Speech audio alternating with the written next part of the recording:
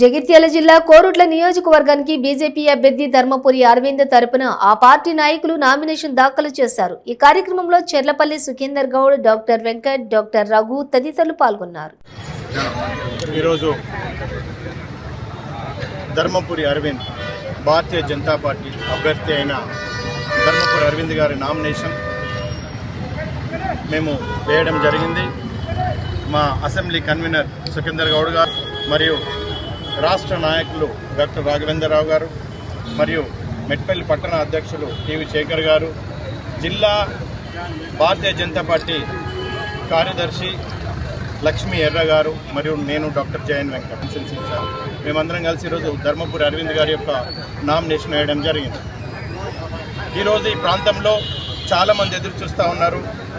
ఒక మార్పు కోసం, ఒక అభివృద్ధి కోసం గత 15 సంవత్సరాల నుంచి ఒక అసమర్థ పాలన ఉంది. ఇక్కడ ఒక సరైన నాయకుడు కావాలి అని కోట్ల ప్రజలు ఎదుర్కొస్తున్న సమయంలో ధర్మపురి అరవింద్ గారు ఇక్కడికి రావడం మా అందరికి కూడా చాలా సంతోషంగా ఉంది.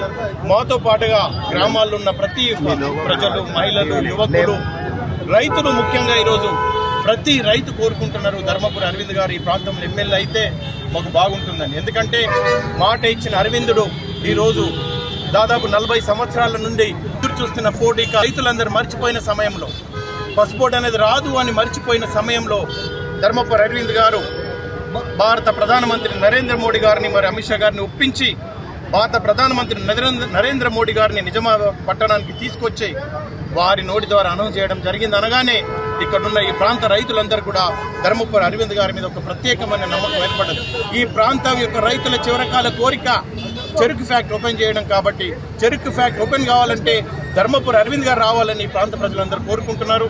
మేము ఖచ్చితంగా నమ్మకం ఉంది ఈరోజు ఈ ప్రాంతంలో ధర్మపురి అరవింద్ గారు అత్యధిక మెజార్టీతో గెలుస్తారని.